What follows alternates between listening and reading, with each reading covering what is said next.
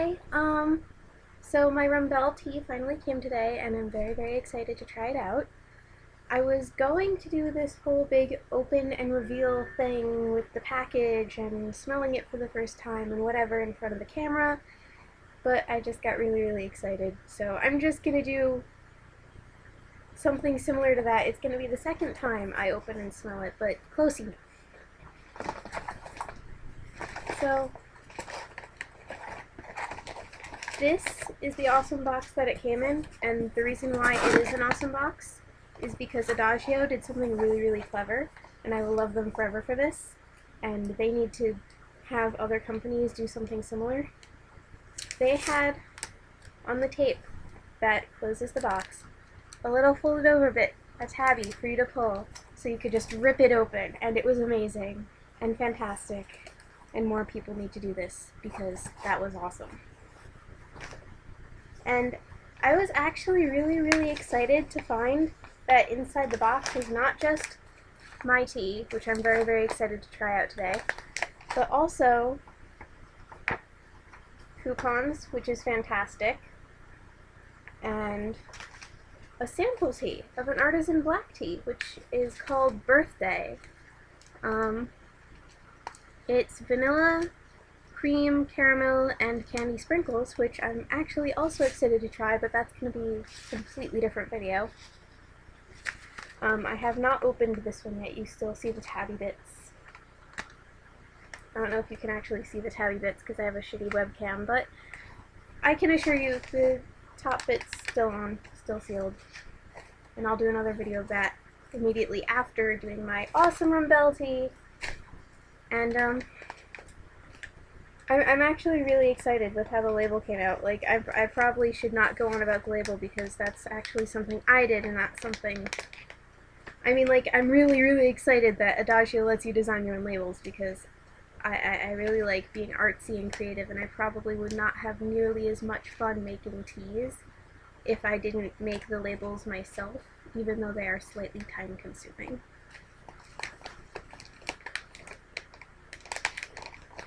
And this is really awesome because as hard as it is to get open, it's also really well sealed, and it means that you're not going to get moisture in.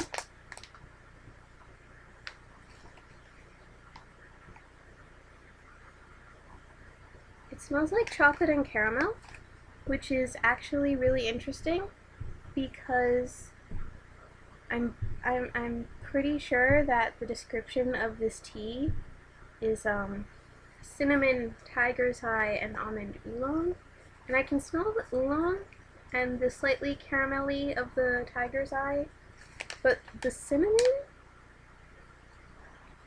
I get the warmth, but the actual scent isn't there, and the cocoa's from the cocoa nibs. That's just ridiculous. And I will be right back. I'm going to go and make this because I have a tea kettle ready and waiting and all of my implements ready and waiting, and we'll try first tastes. Okay, so I should probably say, because you weren't in the kitchen to see this, that the cinnamon part really rang through as soon as I added the hot water. That was what really brought out that scent, and so I have like really high hopes for how the flavor is going to turn out. And I've been informed by a lot of different people, ooh, this is nice and dark already even though I only just put it in, that apparently half of a tea ball is what you're supposed to do to let it have room to sort of get the water through, so that's what I did, and all my notes are going to be based off of that. So if it's strong, I guess I'll use less. If it's not as strong, maybe I'll use a bit more, or figure out if I need a bigger tea ball or something, because this is probably one of the smaller ones I have. And this is actually mostly black tea, so I'm going to look up real quick how long that's supposed to steep, because I don't want to accidentally under or over steep it, because I used to know this, but you know, it's been a while. I tend to just forget my tea exists and leave it on the counter. Oops. My bad. Oolong says 3 to 5 minutes. Black tea says 3 to 5 minutes. Yay, it works. I usually put milk and sugar in my tea, but because I've never had this before, I'm going to try it on its own, then try it with a little sugar, then I'm going to try adding milk.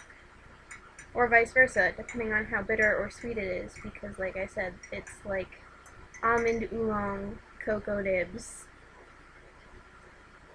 I didn't use a lot of cinnamon, but I used a little bit. Also, I should probably add that I should probably add that this result might be slightly biased because I'm a super taster, so if I think something is mild, then it probably won't read for everyone else, and believe me, I will adjust my percentages accordingly. But yeah, apologies if that happens.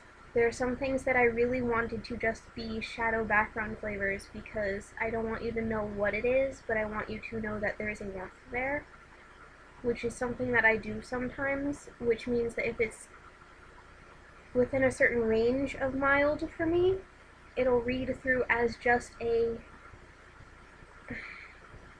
descriptive adjective as opposed to an actual flavor. But if it's too mild, I'll have to fix it. So I'm excited to try it because it means that I get to edit bits and pieces, and it's been 3 minutes. There we go.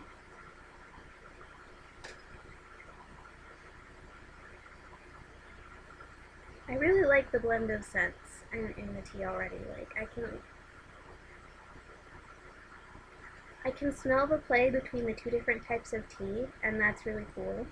But all the subtle flavors that I had when I first had the hot water hit aren't reading as much, but that might be because I'm just getting over a cold. So it'll probably read better later.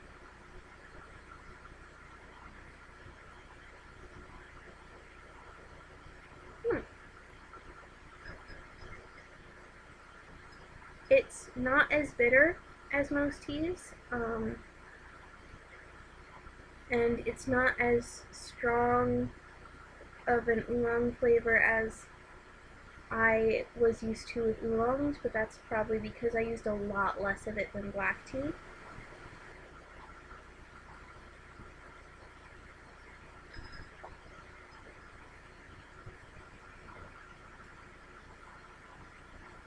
Okay, the cocoa nibs aren't as sweet as I thought they were going to be, but that might be because I really used them more here to accent the tiger's eye, as opposed to be a chocolate flavor on its own.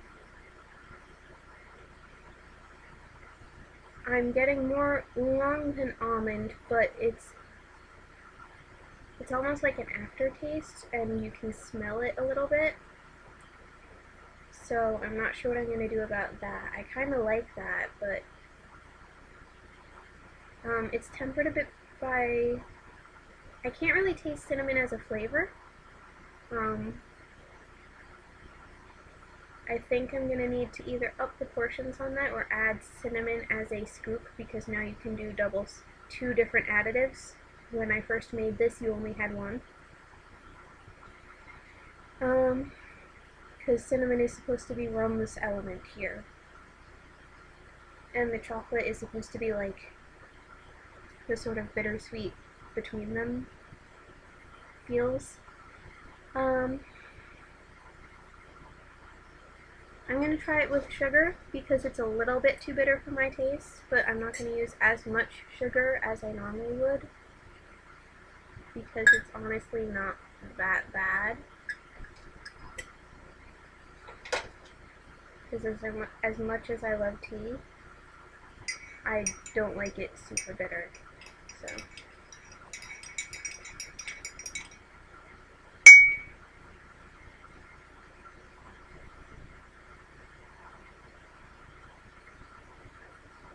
I like the way it smells with the sugar. It brightens up everything a little bit.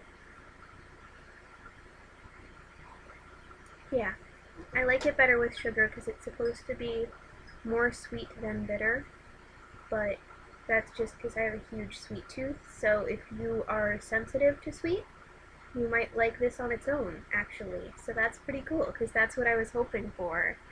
And because I'm a dork, I'm going to add cream to it, because I just really like milk in my tea.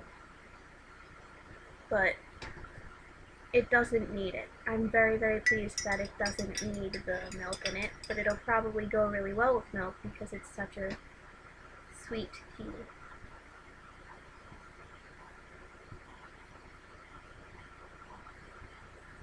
Yeah.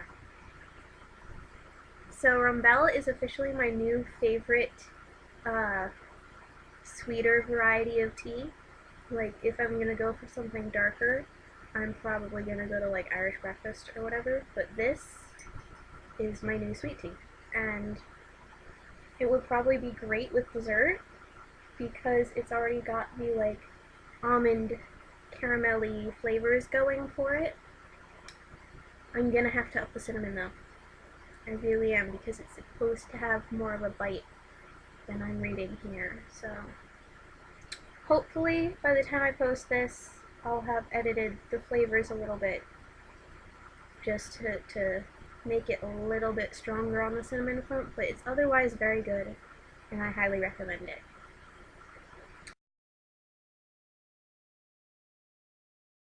Lots of cocoa nibs in this. I could actually like see the cocoa nibs, which is actually really awesome because I did not expect to get that many in a scoop. I didn't know what a scoop meant, because a scoop could mean like a spoon. A scoop could mean like the kind you use at grocery stores when you're getting nuts.